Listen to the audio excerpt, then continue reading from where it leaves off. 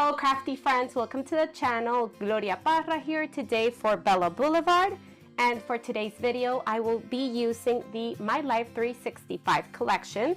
If you are not familiar with this collection, you get a whole year worth of papers. You get all the themes that you can imagine throughout a year. So for today we will be focusing on the October month, and of course that's the Halloween season. So I have the papers here that I want to show you. I also have the ephemera packs that are just like the papers, divided by month. So we get this beautiful pieces for the October month, and we get these ephemeras that are Halloween oriented. I will also try to use the Bella Pop that's so cute with the haunted house there and the little bats, the stars. I will bring in the epoxy shapes to add them like confetti at the end. And look at these colors, friends. I have the perfect photos for this collection. So in this kit you get 2 papers of each, and that's perfect because you can use both sides. That way you can just maximize this papers. So I love this strips down here.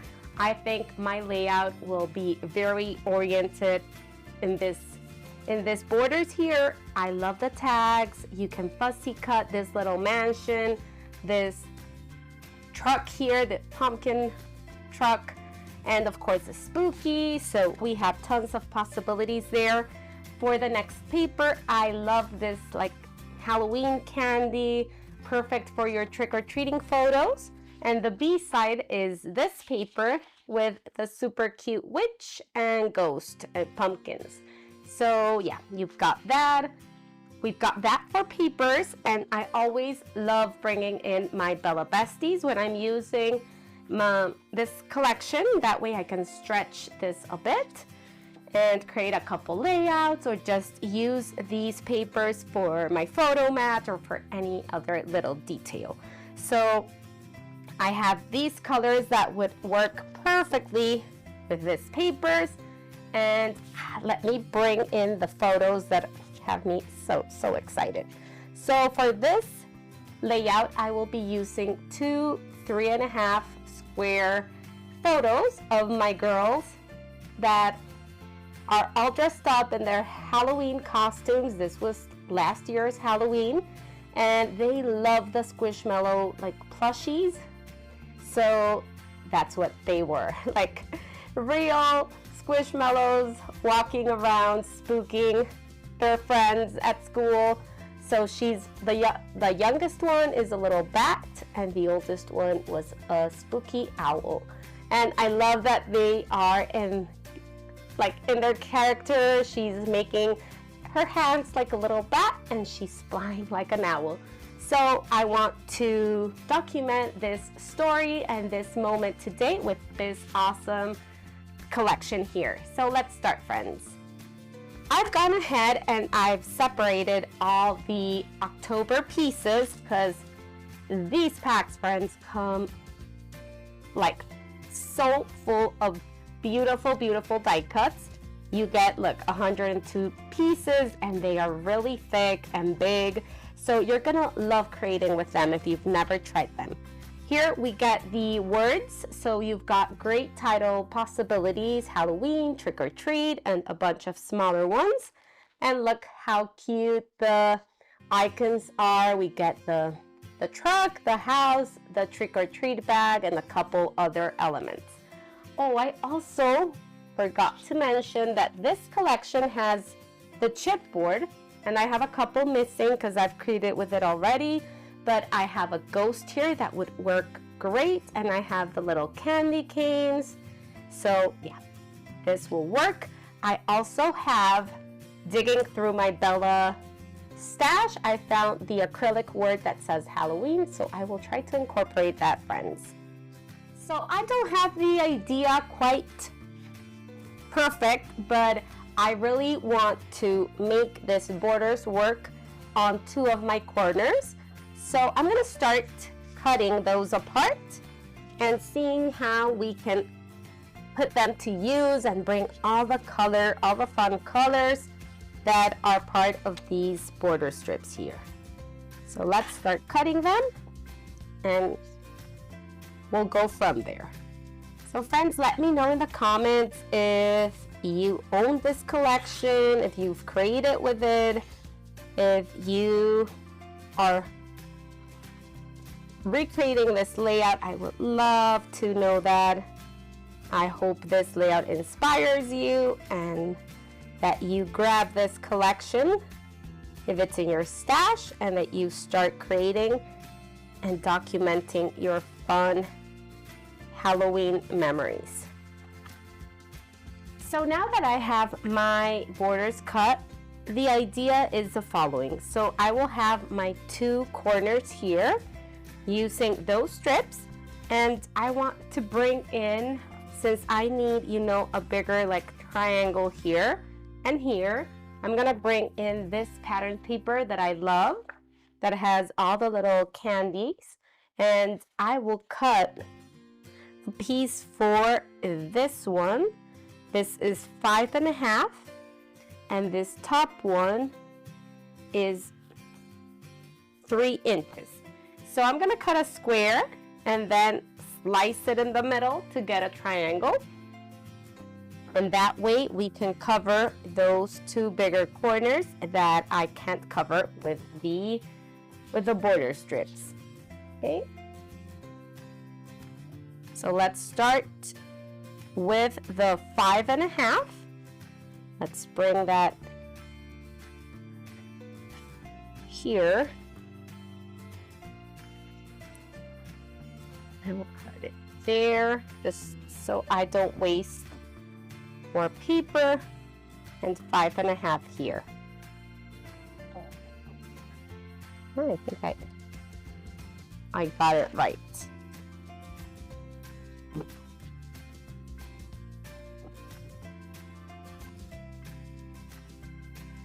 There we go, and now I'm gonna slice it right in the middle. This is a little tricky. Just try to line both corners on the line. And there we go. Yeah, my trimmer, it's not doing great lately, but I can fix that. There we go. So we have this corner here now, and we can cut this one 3 inches. So here we have those border strips that have some text. So, oops, I did something wrong here. When you're adhering your borders, make sure you're gonna cover like all the paper, and that you are gonna be able to cut the, you know, the extras without having the white space there. So yeah, just play with that a little until you cover everything, all the background paper. Okay. We can even stitch these borders. We can add some fun elements. And with this borders that have text, just try to align them in a way that you can maybe see the first word. So here, you know, I'm trying to have a little piece of the eye. That way you can, your eye will just complete that phrase. You know, like, I cannot be held responsible for any missing candy. So I have all my borders adhered now, and I just cut the extra strips that I had on the sides with my trimmer. You can do it with a trimmer or with a scissor. And I actually want to add some stitching. If I didn't have so much text or like the little icons, I would definitely add some hand stitching in maybe an orange, purple, blues. But this top part here worries me a little. So I think I will go to my machine and just add some zigzags to add that extra texture and homemade feel. So I will add the stitching and come back so we can start playing with the photos, with all the fun little embellishments. And I'm back, friends. I just couldn't resist. I did some hand stitching on both of my corners. I just really enjoy stitching. So it just relaxes me. It gives, you know, it puts my mind blank, or it gives me something, you know, to decompress a little. So I just grabbed my couple of different colors of thread there. I did some purple, some orange, and some dark teal here. And I used all 6 strands to create a back stitch, just a straight stitch. And I did only 2 up here because I've got the pumpkins and the words there, so it would look a little strange if I added some stitching there. Here I thought that the stars didn't look that bad, but I wanted to create the texture on both corners. So it's looking really good, and it gives that chunky feeling of the thread. And now I'm gonna bring in my photos. I also used that Blvd paper to back up my photos, and I have some little marks there because I know where I want them. I have my 2 girls there, and I just use the orange to contrast a little with the purple here, and the purple to contrast the orange on her costume. I also added some hand stitch to the border here of like the, it looks really good.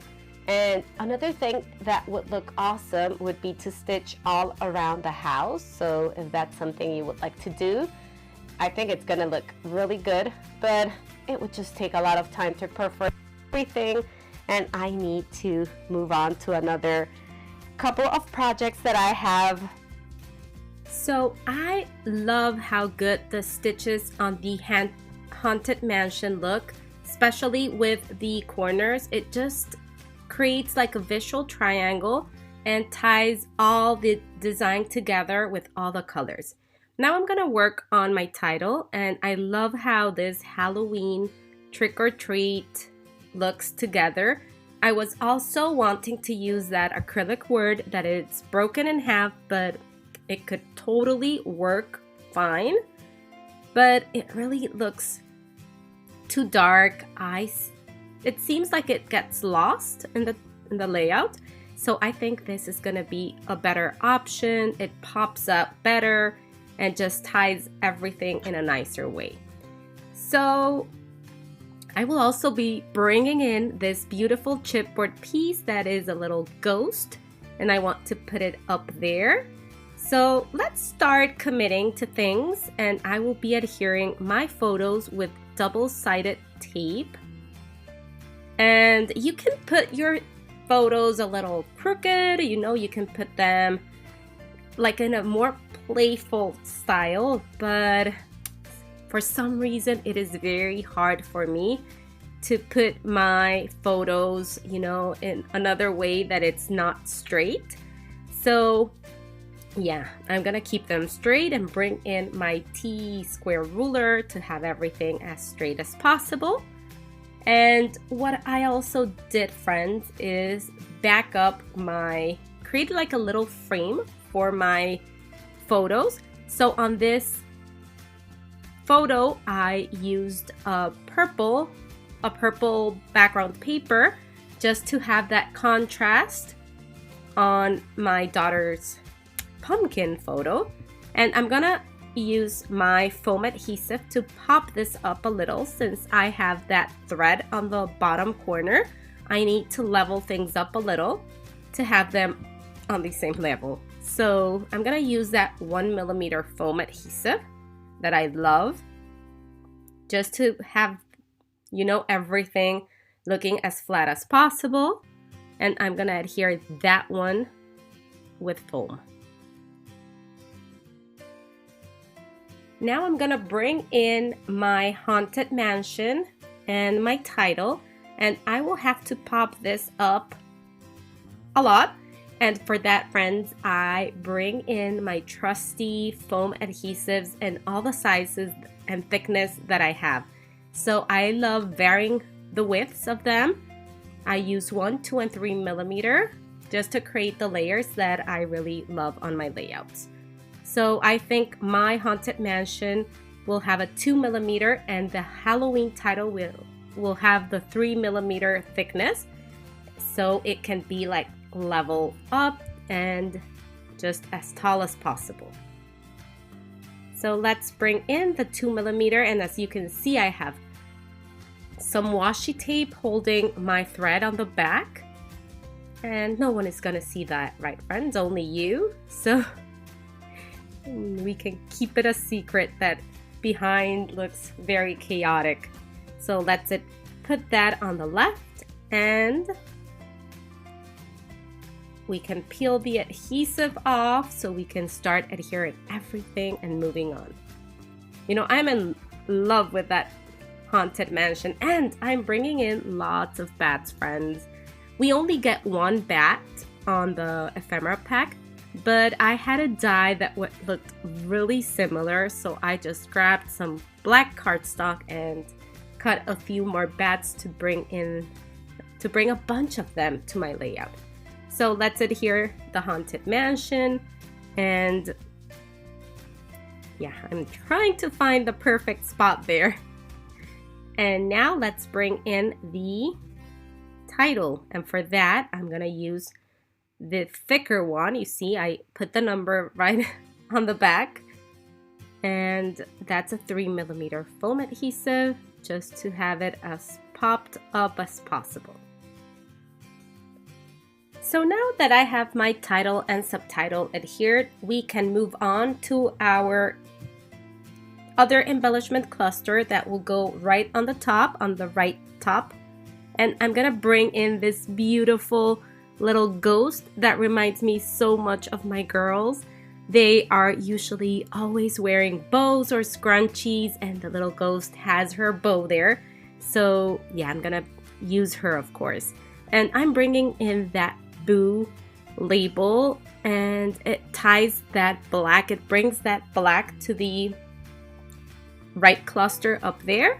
And I'm gonna try this bad idea that's been circling in my mind.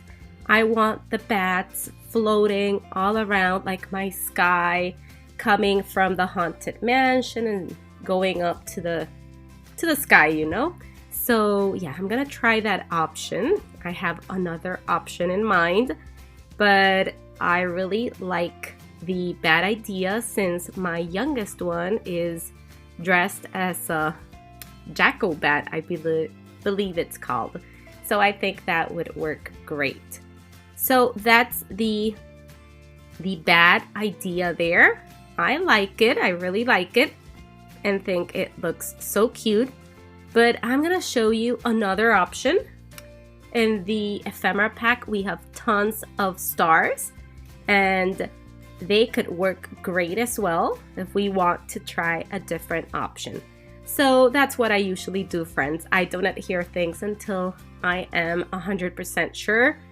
And I'm gonna try this. So let's bring, you know, like 3 stars up on the right hand cluster and some stars right at our left cluster. And let's see what we like better. Maybe you don't like the bats, maybe you prefer the stars, or we can mix them up. You know, I'm gonna try the bat there, but I think the stars look better without the bats. And that's a great option if you like. We also have these enamel shapes, hearts and enamel dots, but I really think they won't work for this layout. I think I like the stars or bats better. So let me know in the comments what you think, what option you've gone for, because the stars look really good now that I'm looking at the layout. It is a great option, and I think it's very cute, not as spooky. And up there on the left corner, I'm gonna bring in my journaling, I believe. So I finally made my mind, friends, and I decided to go with the bats. I love how they work on this diagonal effect that's going on here with the border strips on the corners. I also added this little pumpkin here that just makes my ghost pop a bit, because since it's white on white, it just kind of got lost. So I really like that the pumpkin helps create that contrast. I also added my journaling strips down here. I kept it short and sweet just to tell that my oldest one was a spooky owl and my youngest jackal bat, you can say. And I love how this turned out. So let me know if this layout has inspired you in some way, because that's what I wish, friends, to inspire you to create. And don't forget to like, to subscribe so you don't miss any of my future videos. Thank you so much for stopping by. This was Gloria Parra for Bella Boulevard. Until the next time, friends. Bye-bye.